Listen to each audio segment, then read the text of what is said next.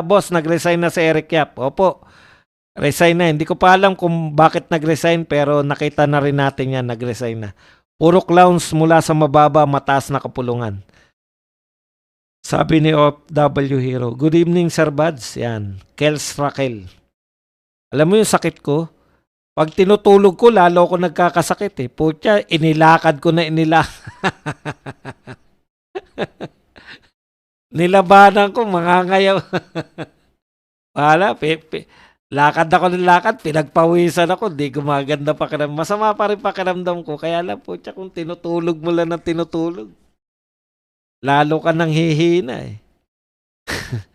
Maglakad ka, kumain ka sa karinderya, nang hindi masasarap na pagkain.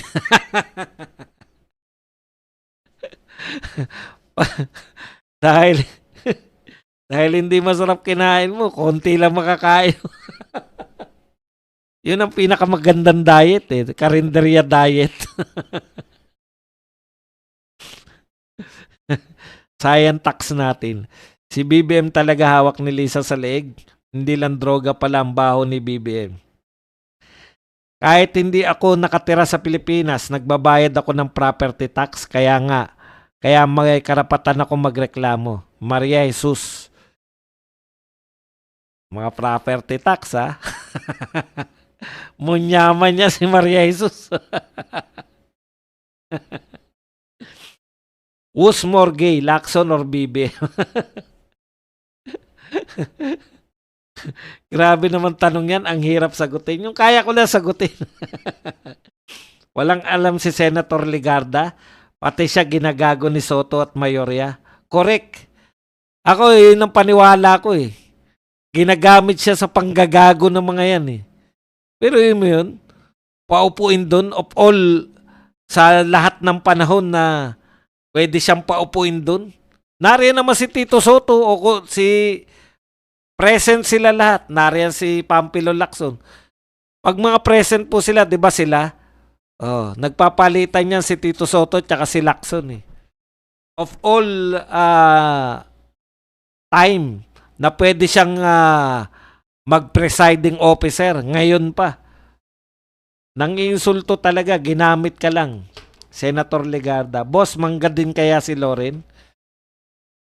Pag tumagal ka na talaga sa politiko, di ba sinabi ni Ping Lacson niya nung una daw, sabi niya, banat siya ng banat. O nung natikman niya siguro magtago, wala na. Compromise na. Boss, bakit ang term mo pinaglaruan? Di ba dati nang nangyayari ang kudita sa Senado, successful naman? Wala naman akong problema sa kudita. Eto po, hindi ko po sinabi na yung kudita, normal po yan. Pag nakakuha ka ng 13, okay na, ikaw na Senate President. Hindi po yun yung term ko eh. Yung ang tagal nilang pinaghintay tayo, oras eh. Tapos nung nag-session, tinawag na Madam President. Tapos nagdeklara ng yung umamin nga si Soto na tayo ay pinaglaruan eh. Hindi pa ba natin gagamitin yung term na yun? Pinaglaruan talaga tayo. Nakatuwaan, no? Yan yung term ni Soto, nakatuwaan. Tingin ko, pinaglalaruan tayo ng mga to. Kung hindi mo gusto yung term, pwede mo naman. Hindi naman yung salita naman pag pinaglaruan tayo, hindi yan binatay sa scientific na. Insufficient pala, bakit tinanggap ang case of impeachment at hindi tinanggap ang case na pinail nila Kati Binag? Mukhang solved na po yan kasi wala nga pong sponsor. Yung una, hindi talaga tinanggap, di ba? Pero nung pangalawa, hindi na nila rin binigay kasi umatras po yung mga mag-sponsor. Ang taas ng views mo kanina, Boss Buds. Kakahintayin pala Bulagan. Interesado mga tao eh, di ba? Buti na lang na nagkwentuhan tayo. Hindi sila nainip. Boss, lahat ng naliling sa investigasyon ng flood control project na probable guilt, may alam sa anomalya, pinagre-resign nila. Pinagre-resignin, tapos tago ka. Boss, bakit ganun? Lusot na ba ang mga congressman? Bakit parang clear ang mga congressman? Lahat lang napansin ko na kinasuhan yung mga sinabi lang ni Yusek Bernardo. Bulacan lang nga eh. Nakapokus lang sila sa Bulacan eh. Yun yung problema.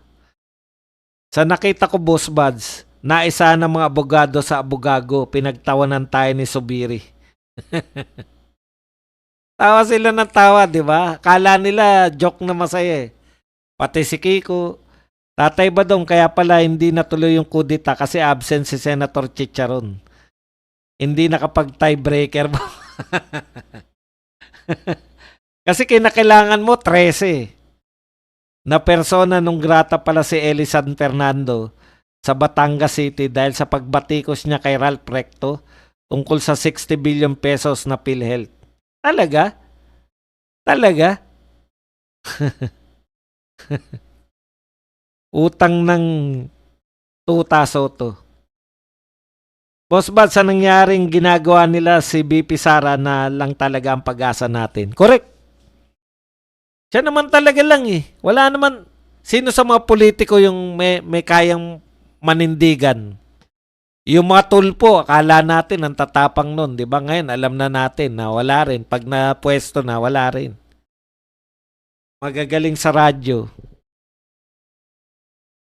Paano mababawi yung maninakaw kung invest na ng mga mastermind sa real estate sa ibang bansa yung mga nakaw na pera? Alam nyo, tip, TLP, wala naman na tayong balak mabawi yan. Ang gusto na nating katarungan. Baka ang susunod na laro sa plenary ay Pinoy Henyo na, di mala.